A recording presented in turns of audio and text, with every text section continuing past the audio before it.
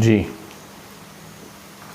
तो next concept जो आपसे मेरा कमिटमेंट था आज हम डिस्कस करेंगे और वो है हाइड्रोजन स्पेक्ट्रम। ठीक, बहुत ही प्यारी सी बात है।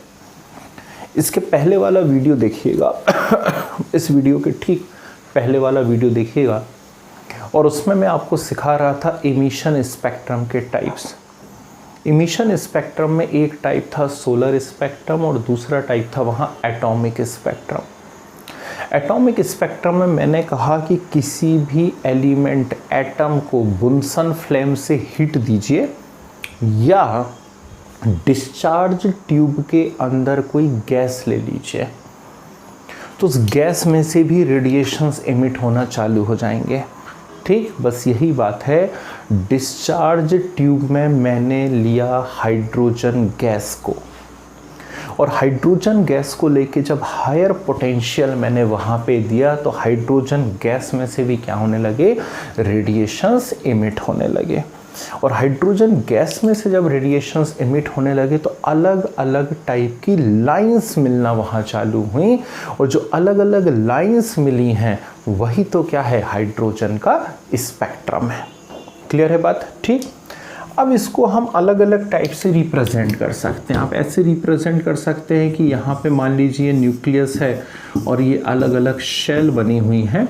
इलेक्ट्रॉन यहाँ इस फील्ड से इजेक्ट हुआ है, किसी भी एनर्जी लेवल तक जाएगा और लौट करके क्या होगा, वापस यहीं आएगा।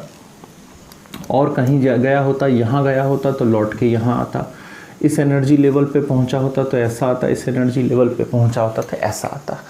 तो एक पर्टिकुलर रेंज में हमें कुछ लाइंस मिलेंगी।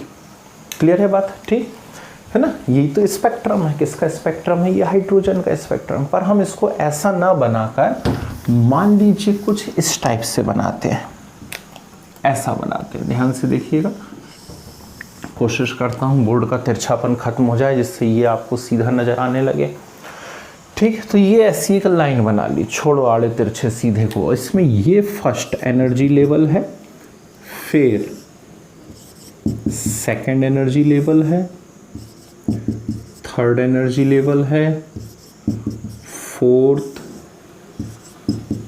Fifth, sixth, seventh and so on. ठीक, जहाँ तक जाना चाहें आप वहाँ तक चले जाइए, है ना। इतने में भी कोई बुराई नहीं है। इतने एनर्जी लेवल तक भी यदि हम जाते हैं तो कोई समस्या नहीं है।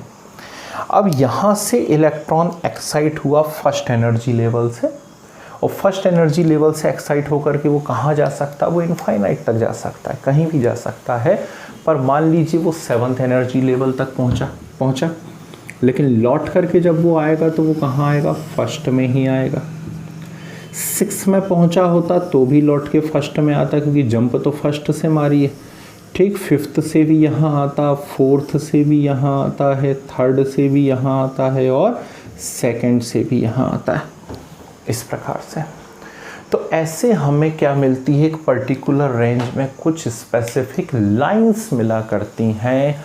इसकी सबसे पहले स्टडी जो है लाइमन नाम के साइंटिस्ट ने की हुई है, इसलिए इसे कहा जाता है लाइमन सीरीज। क्या बोलेंगे आप इसको? लाइमन सीरीज कहेंगे। और ये लाइमन सीरीज किस रेंज में आया करती है? अल्ट्रा वायलेट रेंज में आया करती है। ठीक है, तो पहला बना यहाँ पर Lyman series. Second energy level से यदि गया हुआ होता मान लीजिए तो सेकेंड एनर्जी लेवल से भी इसी प्रकार का पैटर्न मिलता। 7th से जाता तो अब सेकेंड में आता, जहाँ से जाएगा इलेक्ट्रॉन वहीं लौटेगा। एटॉमिक स्पेक्ट्रम में बताया मैंने, पिछले वीडियो को देखिए।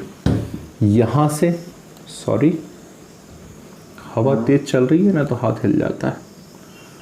ऐसा आ जाएगा, ऐसा आ जाएगा, ऐसा आ जाएगा, ऐसा आ जाएगा। ये एक सीरीज़ हमें मिलेगी और इस सीरीज़ की स्टडी सबसे पहले की थी बामर अंकल ने, इसलिए इसे बामर सीरीज़ कहा जाता है। ठीक, और ये आती है विजिबल जोन में। सबसे पहले बामर ही डिस्कवर हुई थी, ध्यान रखना। अरे जो दिखेगा वो पहले डिस्कवर होगा ना, भले लाइमन पहले आ रही हो लेकिन डिस्कवर पहले कौन सी हुई थी? बामर। ये दिख गई थी उसको तुरंत कि अरे वाह मज़ा आ गया, है ना। थर्ड एनर्जी लेवल से जाएगा तो यहाँ पे लौटेगा ऐसा। कौन देखा? पाश्चन। किसने देखा? पाश्चन ने देखा। पाश्चन सीरीज कहते हैं कहां पर आती है? इंफ्रारेड। ठीक, फिर next series fourth energy level पे पहुंचेगी। कौन देखा? ब्रैकेट। ठीक, मिस्टर कोष्ठक सिंह है ना, ब्रैकेट ने इसे देखा हुआ है। ये कौन से जोन में आती है? ये भी इंफ्रारेड में आया करती है। क्लियर है? ठीक है ना। और भी है क्या? है ना, एक और है। ठीक है ना। ये कौन है भैया? ये है पी फुंड अंकल। ठीक, हुंड अपन ने पढ़ा हुआ है, फर्स्ट पार्ट में हुंड पढ़ा हुआ है। उसी के चचा जान थे, इनका नाम था फुंड। पूरा खानदान ही ऐसा था, हुंड फुंड चुंड मुंड। ठीक, तो फुंड अंकल ने डिस्कवर करा हुआ है। ये भी कौन से जोन में आया करती है? इंफ्रारेड। इसको बोलते हैं फार इंफ्रारेड, दूर वाले इंफ्रारेड में आया करती है। ठीक, और सोडियम के डिस्कवरर मिस्टर हम्फ्री। ठीक, ये भी कौन से जोन में आया करती है? फॉर इंफ्रारेड में आया करती है। तो जब आप हाइड्रोजन स्पेक्ट्रम की बात करते हैं तो हाइड्रोजन स्पेक्ट्रम में ये सब चीज़ें निकल करके सामने आती हैं। ठीक, Lyman, Balmer, Paschen, Brackett, Pfund and Humphreys, ये सीरीज कहलाया करती हैं। अब इनसे आप करते क्या हैं? इसमें आपको लगाना है रिडबर्ग फार्मूला। क्या लगाना है आपको? रिडबर्ग फार्मूला लगाना। रिडबर्ग फार्मूला लगा करके कुछ बहुत ही इंटरेस्टिंग से न्यूमेरिकल सॉल्व करने हैं, इंटरेस्टिंग से क्वेश्चन सॉल्व करने हैं। ठीक, अब रिडबर्ग फार्मूला क्या है? तो रिडबर्ग फार्मूले की हेल्प से हम लोग वेव नंबर या वेवलेंथ को मेजर करते हैं। और वेवलेंथ या wave number nu bar is equal to 1 by lambda is equal to R H Z square 1 upon n1 square minus 1 upon n2 square. ठीक, फार्मूला ध्यान से देख लीजिए।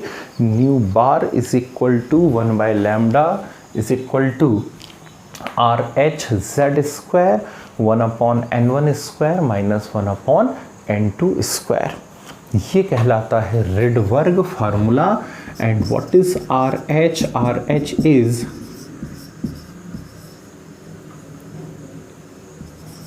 Rydberg's constant. आर एच यहाँ पर रिडबर्ग्स कांस्टेंट है। Rydberg uncle का phone number याद रखिए 109678 सेंटीमीटर इनवर्स। ठीक है ना, 109678 सेंटीमीटर इनवर्स होता है। यहाँ एक छोटी सी बात याद रखिएगा कि इन केस कभी आपको 1/109678 करने की ज़रूरत पड़ जाए तो 1/109678 होता है 91 इंटू 10 टू दी पावर -7। ठीक है ना, 91 इंटू 10 टू दी पावर -7 होता है 1/109678 सॉल्व किए जाने पे। तो कुछ न्यूमेरिकल में इसकी आपको हेल्प मिलेगी। ये n1 और n2 क्या क्या है? याद रखें n1 is always less than n2। इसमें याद रखने की क्या बात है? 1 इज ऑलवेज लेस देन 2, है ना। इसको हम ऐसा बोल सकते हैं कहां पर, कहां से, कहां पर और कहां से आ रहा है और कहां पर आ रहा है। ठीक, ये होते n1 और n2। क्या मतलब है कहां पर और कहां से? मैंने बोला in hydrogen spectrum an electron comes into visible series from first infrared series. एक इलेक्ट्रॉन विजिबल सीरीज में आ रहा है फ्रॉम फर्स्ट इंफ्रारेड। तो विजिबल में आ रहा है यानी बामर में आ रहा है। कहाँ से आ रहा है? फर्स्ट इंफ्रारेड से आ रहा है। किस में आ रहा है? हाइड्रोजन के अंदर आ रहा है। ठीक, तो यदि मैं आपसे कहता हूँ न्यूमेरिकल सॉल्व करके बताइए। ठीक, an electron comes into visible series from first infrared series, पहली इंफ्रारेड सीरीज से आ रहा है, then calculate its wave number. ठीक है ना, तो आप क्या करेंगे, आप सीधे फॉर्मूला लगाएंगे, nu bar is equal to R H, value रखी लेंगे हम लोग। हाइड्रोजन की बात हो रही है, हाइड्रोजन का एटॉमिक नंबर 1 है तो 1 स्क्वायर। ठीक, कहाँ पर आ रहा है, विजिबल में यानी 2 में आ रहा है, और कहाँ से आ रहा है, इंफ्रारेड, पहली इंफ्रारेड से यानी पाशन यानी 3 से, तो 1/2 स्क्वायर माइनस 1/3 स्क्वायर। नहीं आई बात समझ में, आ गई। ठीक, सिंपल है ना। अब कोई सा भी न्यूमेरिकल आप कर ले जाओगे, क्या दिक्कत है। मान लीजिए मैं आपसे कहता हूँ in electron in hydrogen spectrum या a wave in hydrogen spectrum comes into Lyman series from second infrared, then calculate its wavelength. ठीक, तो कहाँ पर आई है, लाइमन में आई है, अल्ट्रावायलेट में आई है, सेकेंड इंफ्रारेड से आई है। वेवलेंथ कैलकुलेट करने को बोल दिया, तो 1/λ is equal to R H की वैल्यू में रख लूँगा, हाइड्रोजन की बात हो रही है तो 1 स्क्वायर। ठीक, लाइमन में आई है यानी फर्स्ट में आई है तो 1/1 स्क्वायर। कहाँ से आई है, सेकेंड इंफ्रारेड यानी फोर्थ से, तो 1/4 स्क्वायर। उठा करके सॉल्व कर लीजिए। क्लियर। पर मान लीजिए यहाँ हाइड्रोजन नहीं दिया जाता, हाइड्रोजन की जगह दे दिया जाता मान लो आपको कि Li+2 दे देते, He पॉजिटिव दे देते। अरे तो क्या फ़र्क पड़ता भाई, Li+2 दे देते, मान लीजिए Li+2 दे दिया उन्होंने, तो लिथियम एटॉमिक नंबर Z कितना हो जाता, 3, तो यहाँ पे 3 स्क्वायर कर देते। He पॉजिटिव दे देते आपको, हीलियम, हीलियम का एटॉमिक नंबर कितना होता है 2, तो वहाँ Z की जगह कितना रख देते, 2 रख देते। बाकी सबको सॉल्व करने का तरीका तो वही होता है। क्लियर है बात, ठीक है ना। अब यहाँ एक बात याद रखिएगा, कभी कभी ऐसे कंसेप्ट आते हैं कि मिनिमम वेवलेंथ मेजर करो। बामर सीरीज़ में इलेक्ट्रॉन है, उसके लिए आप मिनिमम वेवलेंथ मेजर करो। बामर सीरीज़ में इलेक्ट्रॉन, उसके लिए मैक्सिमम वेवलेंथ मेजर करो। बामर सीरीज़ में है, दूसरी किसी सीरीज़ में भी हो सकती है। तो यदि कभी ऐसा कोई न्यूमेरिकल आपके सामने आए जिसमें आपसे मिनिमम वेवलेंथ मेजर करने को बोले, ठीक, तो याद रखिएगा, स्पेशल पॉइंट लिखिए, minimum wavelength means maximum transition.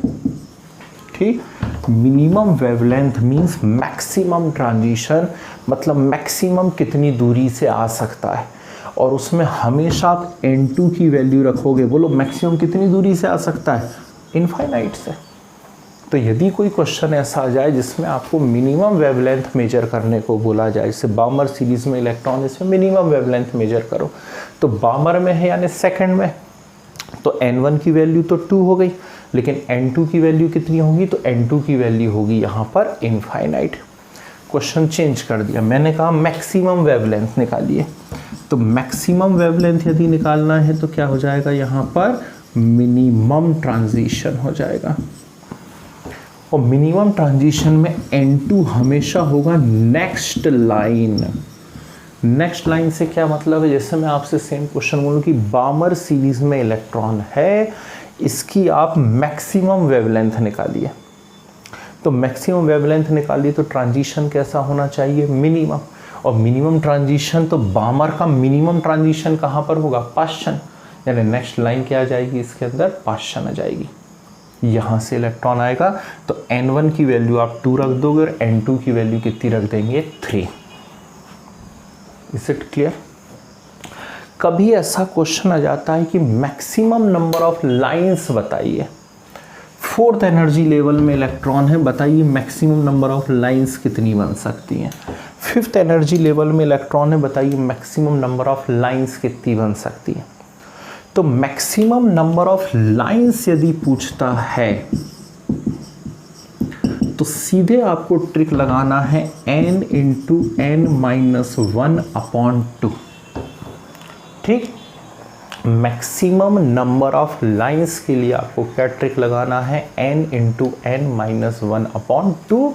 जैसे आपसे पूछा उसने, मान लीजिए कि an electron present in third infrared series, then determine maximum number of lines. तो थर्ड इंफ्रारेड सीरीज में पहुंच गया n इक्वल टू 5 में, तो n इक्वल टू 5 में मैक्सिमम नंबर ऑफ लाइंस कितनी बन सकती हैं, ठीक है ना।